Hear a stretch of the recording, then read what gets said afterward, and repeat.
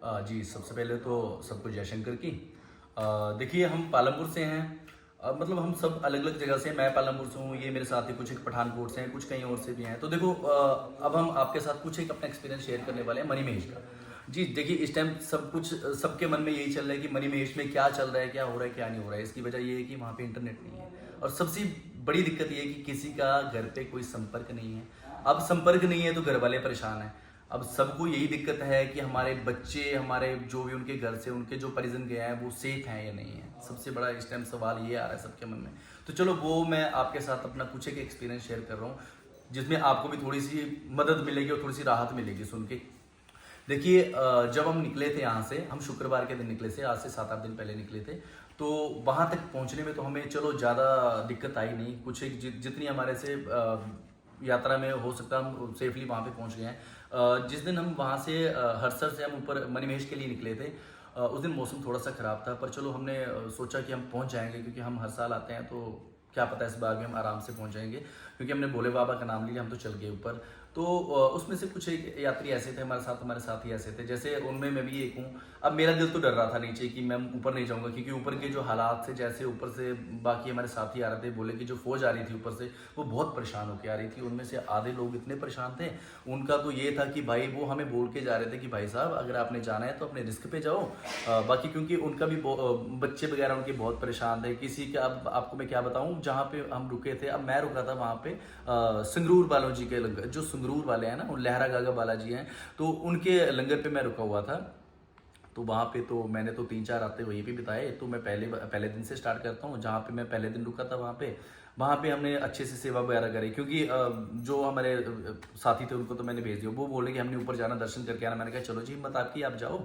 मैं तो नीचे रुक गया था क्योंकि मुझे थोड़ी सी परेशानी लग रही थी ऊपर जाने में। तो हमने वहाँ पे 1-2 दिन सेवा करी, मंदिर पे लंगर में बैठे थे, हमने संगत के साथ बातें बूतें भी करी। वहाँ पर का हमें एक्सपीरियंस भी मिला। वहाँ पे कुछ एक साधु संत महात्मा, उनसे 4 बात अच्छी बातें सुनने को भी मिली। सारा एक्सपीरियंस उन्होंने हमारे साथ शेयर करा। पर उन्होंने हमें ये बात बताई कि ये जो यहाँ का मंजर है, यहाँ से आज से 30 साल पहले ऐसा हुआ था, पर उसके मुकाबले ये 10% भी नहीं है। पर हमें तो चलो, अब तब तो हम छोटे थे, पर अभी हमें तो ये लग रहा है कि इसके आगे कुछ नहीं हो सकता। ये मतलब पीक पॉइंट था एक। तो जहाँ पे मैं रह रहा था, मैं अपने साथियों का इंतजार कर रहा था एक दिन से। एक दिन मेरे साथी नहीं आए, दूसरे दिन भी मेरे साथी नहीं आए, तीसरे दिन भी नहीं आए। अब मुझे चिंता हो रही थी कि पता नहीं वो नीचे आएंगे या नहीं आएंगे। तो मैंने तो अपना मन बना लिया था कि यार मैं तो नीचे चलता हूँ, मैं सेफ रहूंगा, चलो उनसे कांटेक्ट हो जाएगा, उनको मैं सेफली घर पहुंचाने तक की चलो मैं कुछ व्यवस्था तो करूंगा। अभी जैसे मैं लंगर से निकलने लगा था, पता नहीं ये भोले शंकर की मेहर है, उनकी कृपा है, तो उस जैसे मैं वहां से निकलने लगा था, अभी मैंने अपना बैग पैक करा था, ऊपर से एकदम से पानी का फ्लो आ गया। अब पता नहीं ऊपर कोई बादल फटा था या ग्लेशियर नीचे आ गया, वो मुझे इसका नहीं ज़्यादा नॉलेज, क्योंकि ऊपर नहीं गया था। तो पानी इस गति से, इस बहाव से नीचे आया कि सारा लंगर बह गया। उनकी रहने खाने की व्यवस्था जो 1 मिनट में तहस, मतलब कुछ चंद मिनटों में, चंद सेकंड्स में उनकी सब कुछ तहस नहस हो गया था। जिसमें से उनके जैसे हमारे नॉलेज में जो 70-80 सिलेंडर उनके बह गए थे। अब जो खाना बनाने का साधन थे सब कुछ बह गए थे उनकी।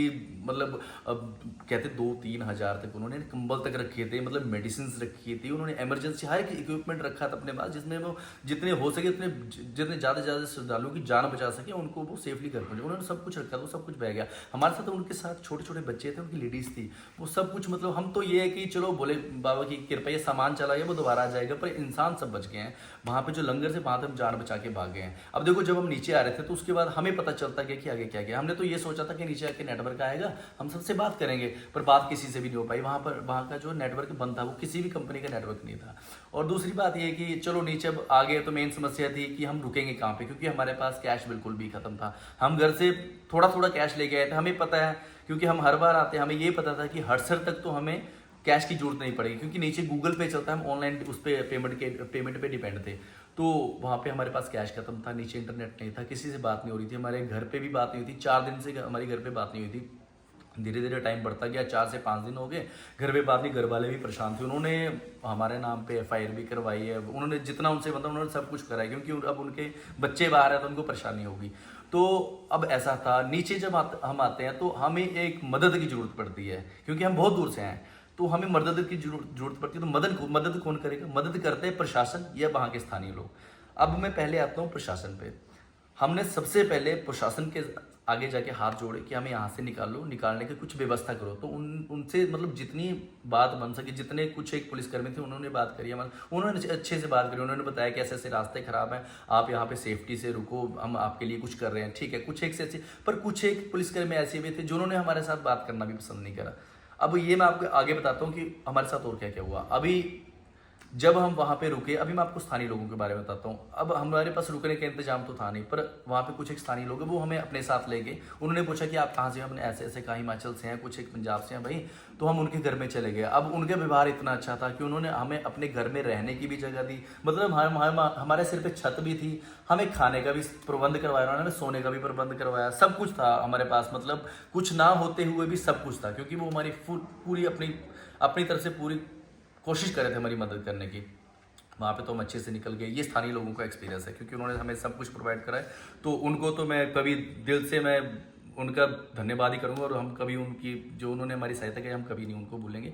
दूसरी बात ये कि अभी जो निकलने की बात है वहाँ से, अब घर वाले परेशान थे, हमें भी पता है घर वाले परेशान है। अब नीचे जाके ये पता चला था कि इंटरनेट आएगा नहीं यहाँ पे, कम से कम 10-15 दिन लग जाएंगे। तो हमें तो वहाँ से निकलना था, हम वहाँ से निकलने की तैयारी में थे। हमने कुछ जगह बाइक पे जाने की भी कोशिश करी, पर हमने आगे देखा कि रास्ता बहुत खराब है, हम वहाँ से पीछे चले गए। हम वहाँ से पैदल चले आए, क्योंकि हमारे पास एक लास्ट ऑप्शन था पैदल आने का। पर जब हम पैदल निकले तो हमें पता लग गया कि वहाँ पे कितनी जो भी है यात्री सब पैदल जा रहे हैं। हम तो कुछ भी नहीं थे उनके आगे, हम तो 10-12 थे, कम से कम 5 से 6 हज़ार बंदा हमारे साथ साथ चल रहा था। जितने भी यात्री हमारे साथ, छोटे छोटे बच्चे उठा के जा रहे थे, क्योंकि नुकसान बहुत हुआ है ऊपर। अभी किसी के छोटे छोटे बच्चे बह गए हैं वहाँ पे, किसी का कोई परिजन, जैसे कोई भाई बंधु, जैसे कोई 5 बंदे आए थे उसमें से कोई 2 ही घर गए हैं, कोई बेचारा रो रहा था। तो हम जैसे हंस रहे थे, क्योंकि हम हंस रहे इसलिए रहे क्योंकि भोले बाबा ने हमारी जान बख्श ली थी। हम बहुत खुश थे। अब हम वहाँ से 60 किलोमीटर तक पैदल रास्ता तय करके आए हैं, पर फिर भी हमारे चेहरे पे एक खुशी थी कि हम चलो कुछ ना बचा हमारे पास, हमारी गाड़ियाँ वगैरह सब कुछ टोटल लॉस हो गई थी, पर चलो इतना हमें पता था कि हमारी जान बच गई है, जान रही तो सब कुछ आ जाएगा। तो ये सब सोच के वहाँ से चल पड़े। बीच में देखो रास्ता इतना खराब था, जहाँ पे फिर से हमें प्रशासन की बात करता हूँ मैं, फिर से हमें प्रशासन की जरूरत थी। हमें ये कोई बताने वाला नहीं था कि आप यहाँ जाओ, आप वहाँ जाओ। अब हमें अगर कोई अच्छे से गाइड करता तो हम अच्छे रास्ते से जाते। हम कई बार हम गलत रास्ते से चले जा रहे हैं, वहाँ से 2-2, 3-3 किलोमीटर से वापस भी आए, क्योंकि हमें किसी ने गाइड ही नहीं करा। अब जहाँ पे एक बंदा जाएगा वहाँ पे 50 बंदे जाएंगे। अब वो सारे आगे जाके वहाँ से वापस आ रहे थे, परेशानी थी मतलब। पर बीच में जब हम चलते गए हमें भूख भी लगी। जब हमें भूख लगी, भोले बाबा कितनी मेरी, जहाँ पे हमें भूख लगी थी वहाँ पे हमें एक लंगर में दिख जा रहा है, वो भी स्थानीय लोगों की व्यवस्था थी, उन्होंने हमें वहाँ पे खाना भी खिलाया, सब कुछ कराया मतलब। तो उनसे जितना बनता था, मतलब हम अपनी जान मतलब बचते बचाते, मतलब ये समझो कि ये सब जो हमने फिल्मों में देखा था हमारे साथ रियल लाइफ में हो रहा था।